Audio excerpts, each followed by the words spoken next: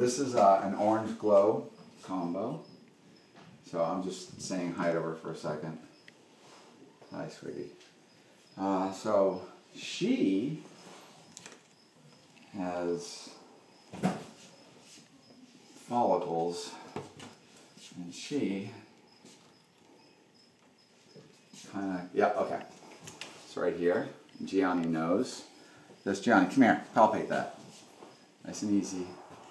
Yeah, nice and slow, right? Bloop. Oh yeah, I bloop, saw that. bloop. What size would you say those are? What would you compare that to?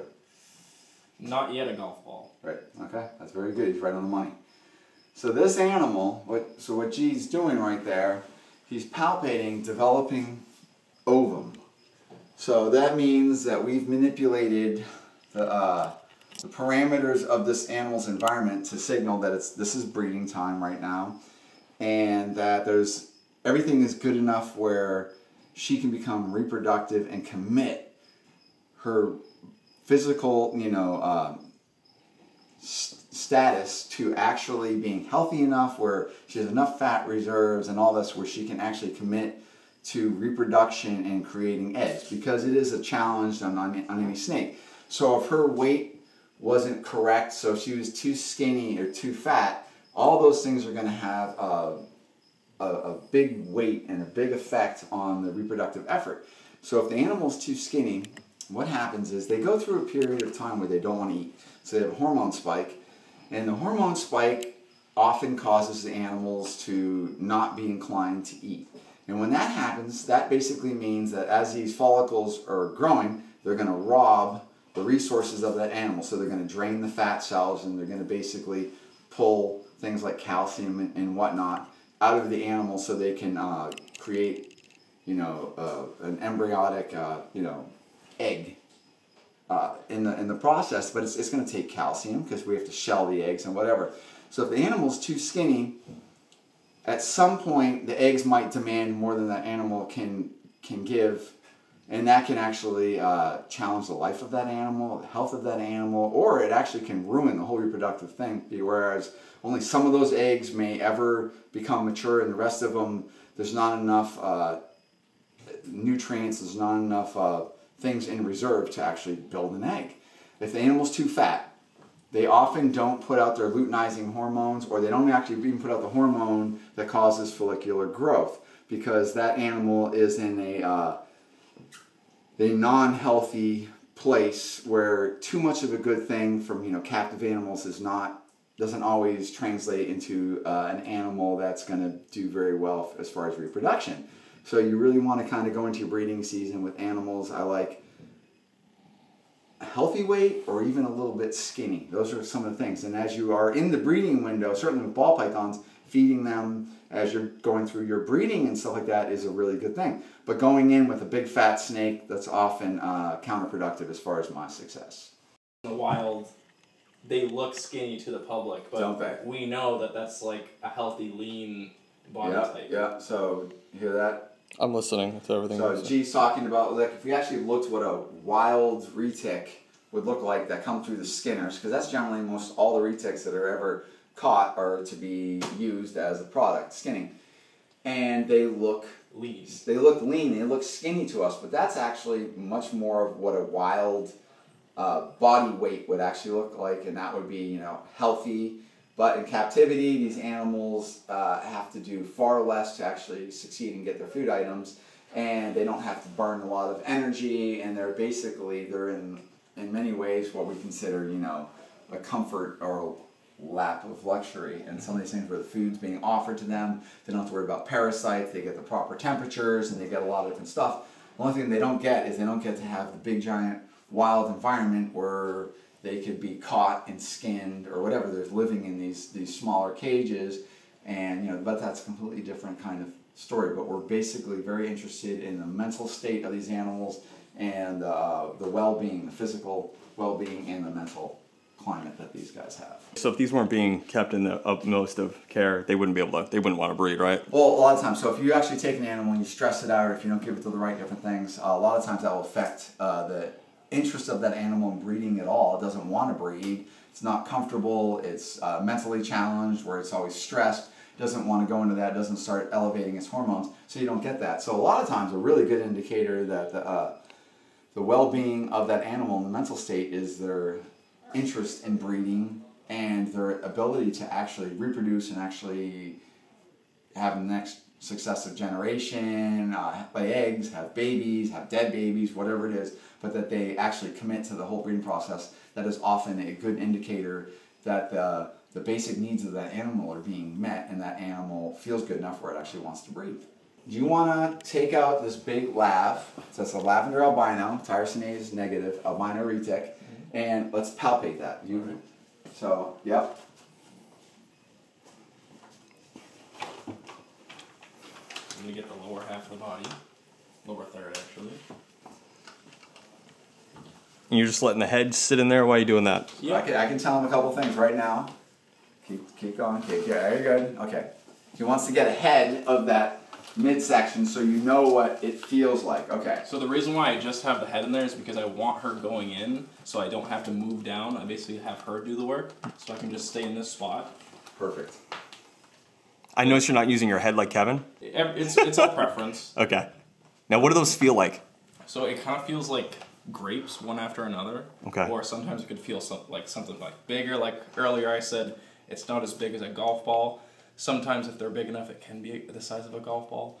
It also depends on the individual. Like these are dwarf reticulated pythons, or at least they have dwarf blood. So it's not going to be as big as a mainland. Been getting some breeding. So reticulated pythons, unlike some other snakes, they can be very secretive when they breed. Sometimes the copulation can be 15-20 minutes and that's it. And sometimes a male may only breed a female one time or a few times and then never display a single bit of interest again. And that female moves forward with her follicles. The follicles mature, she ovulates, she lays a clutch of eggs, and you're like, I never even saw them breed. Reticulated pythons are not, as far as many snakes go, are not the easiest snakes to breed. They take a bit more finesse. There's a lot of things going on, and I think a lot has to do with their intellect. And if they don't have things a certain way or there's something bothering them, they won't commit to that reproductive thing. We can probably switch over to here for a sec. ADHD intensifies. Somebody needs to medicate this man. You are all over the place. Mid-thought, you're like, I want to go there now. Okay. What do you got in there? So we have, this is this little male. Tell me more about why the hell that small little dinky male's in there. I don't need a big male to breed this female. If anything, I could use a male even smaller than this. And this male is certainly big enough to breed. He can do everything he needs to. And at that point, I don't just need to keep firing a ton of food to him. And like Gianni says, we have a fair bit of dwarf blood or smaller growing bloodlines in our snakes. And if you just don't fire a ton of food at them, you're often getting snakes that are not too huge and that are pretty manageable. This female right here is a golden child, so she's asleep right now. Okay, so yeah. Ready? Yeah. I'm gonna wake her up, right? Oh, cool. Yeah. So what I do? Yeah. Oh. Alright. So you want to give them a chance for the brain to kick in. There we go. Hi, baby. Okay. Gianni, you want to take this male? She doesn't want to wake up. She's very tired. She's way out. That male's been courting her. So let's say the snake wanted to eat. So if I'm going from a sleep state to a wake up, and she was like, I'm just so hungry. If I put my hand on her, it might trigger a feeding response. I know the snake well. I can tell that she has some pretty good follicles going on. There's no feed response out of her at all, so she's totally in a reproductive state. So she has hormone. Her hormones are elevated right now, where it's suppressing her appetite. And so instead of her engaging in a large, acquisition of a large meal that she would have in the wild, which what will actually happen is, so feeding is actually very contrary often to reproduction. So if I'm an animal like this, what I'm doing is I'm developing follicles, and the follicles are growing at different rates. You always hear me talk about this. So let's say she has 50 follicles in her. It will take a fair bit of time for all those 50 follicles to become mature. Mature means that they are developed enough where they could actually be fertilized, which then that could turn into a fertile egg.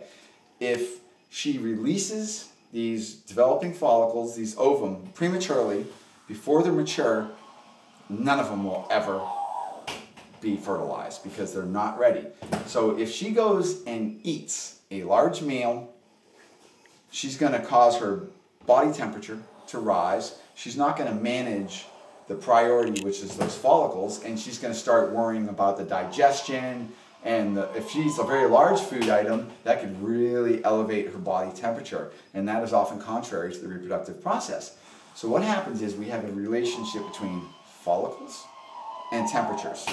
And as the animal starts developing her follicles and all the follicles start maturing, she then starts playing this balance with temperature. And she has, while she's developing these follicles, her luteinizing hormones are now elevating in her blood. So once all her follicles get to a point where they're all mature, she will then go and find heat. She'll find heat, and what that heat with the luteinizing hormones does is triggers ovulation. It triggers muscle contraction and causes those ovum to leave the ovaries and then go out into the oviduct, where then they are sheathed with their, their eggshell and their, all their vascularization and all the nutrients. But if she were to eat a large meal and her body temperature rises, that could then cause the maturing ovum to prematurely ovulate, and then we could have infertile ovum. There's a very lot going on that I've taught myself over the years about this process, but this process is a very, very touchy time for this animal, and you can make mistakes. So as you're breeding these animals, if you're not managing your temperatures, if I all of a sudden expose her to temperatures that are too warm, I can cause her to prematurely ovulate and get all these bad eggs. If she were to get sick and I decided I'm going to put you on heat and try to manage the Pseudomonas that's causing you to be sick, I could then increase her core temperature and cause the luteinizing hormones to cause, in conjunction with that heat, to cause her to ovulate, and then all the ovum are junk, and she just lays a clutch of infertile egg. So don't forget to like and subscribe, hit that bell, and of course your commentary we love.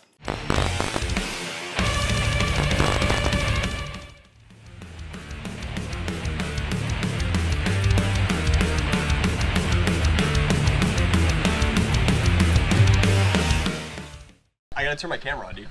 You didn't turn your camera on!